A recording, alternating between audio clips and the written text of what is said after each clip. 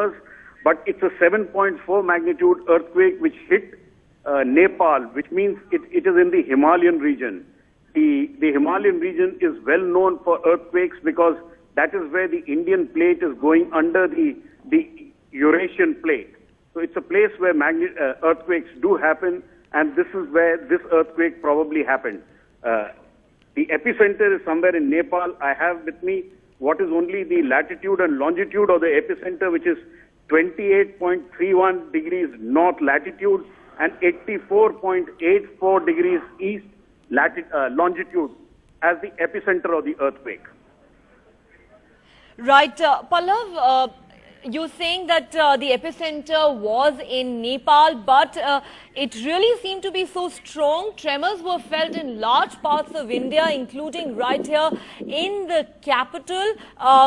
Do we know what the situation is like at the moment? Are the tremors still being felt in any parts, or is it for now over? See, an earthquake of this magnitude will always have aftershocks. Anything above 6 magnitude earthquake causes damage in the area where the epicenter is.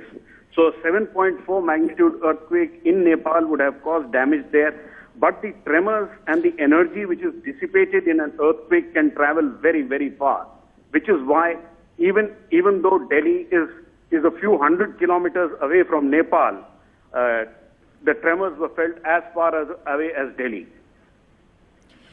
Right. Also, Pallav, if you could recap for our viewers the kind of safety measures that really need to be adopted in a situation like this. We often talk about the protocol that needs to be followed, but tend to forget in such situations. Well, the protocol to be followed is different for different locations. If you're in a building and if you're in a low-rise building, then the protocol to be followed is that you run out and go into the open area. It is said that earthquakes don't kill, it is buildings which kill. So if buildings are not made earthquake-proof, earthquake-resistant, it is buildings which collapse and kill people. So the best way is to come out into the open area, but if you are in a high-rise building, which is where many places in Gurgaon, Noida, in Delhi are, then they say you go under a table, cover yourself, hold the table or the chair or whatever so that things which fall don't fall on you and injure you, or go into a corner. These are areas which are considered safe, and definitely don't take a lift, don't run downstairs if you're in a high-rise building. Those are some of the protocols which are said for when an earthquake strikes. It seems the big massive earthquake is over because it happened at 11:40 a.m. India time. It was a 7.4 magnitude earthquake with an epicenter in Nepal. So the worst seems to be over, but aftershocks could still come. So people have to be vigilant and aware that aftershocks do happen. Right, you're saying when an earthquake is of such magnitude, Pallav, it is to be expected that there will be aftershocks, there will be more tremors. Now, we are getting reports that people in many parts, especially here in the National Capital Region, rush out of their homes, especially those living in skyscrapers who perhaps felt it the most, have rushed out of their homes. Would it be advisable for them to stay out a little while longer? It's always safer to be in the open area when an earthquake of such a large magnitude, which is 7.4, hit in a landed area, especially in the Himalayan region where it has struck. So being cautious, though it can never be predicted how many aftershocks and at what magnitude the aftershocks will be, but it is always safer to be outside.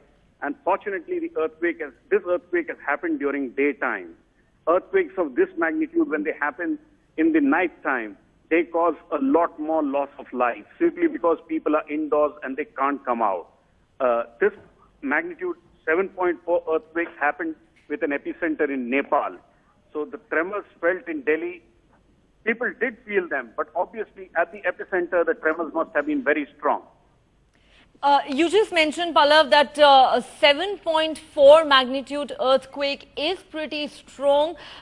Give us a sense, really, of what such a magnitude really means, going by some past cases. Well, Delhi doesn't get hit by such large magnitude earthquakes. If one goes back and sees some of the very, very large earthquakes which have occurred, remember the earthquake which gave the very large tsunami in 2004 and the earthquake which occurred off Japan which caused the Fukushima disaster. Those were mega earthquakes of magnitude 9 and above. The scale on which earthquake magnitudes are measured are logarithmic scales. So between a 7 and an 8 magnitude earthquake, there is a 1,000-fold difference in energy. So a 9 magnitude earthquake causes a huge amount of damage, like what we once saw during the tsunami which occurred in 2004. So a 7.4 magnitude earthquake happening under the mountainous area of Himalayan region would have caused damage there. But when the energy got transmitted all the way to North India in Delhi, the energy obviously gets dissipated.